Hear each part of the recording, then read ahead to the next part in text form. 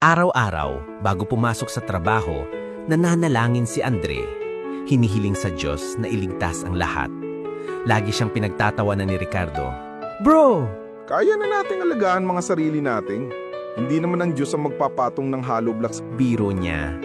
Noong araw na iyon, malakas ang hangin. Tiwala pa rin tulad ng dati, umakyat si Ricardo sa scaffolding.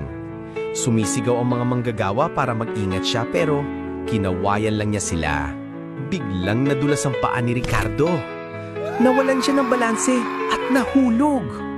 Nagtakbuhan ng mga manggagawa papunta sa kanya at sa gulat nila, wala siyang kahit isang gasgas. May kamay na humawak sa akin sa ere. May sumalo sa akin. Bulong ni Ricardo, hindi makapaniwala.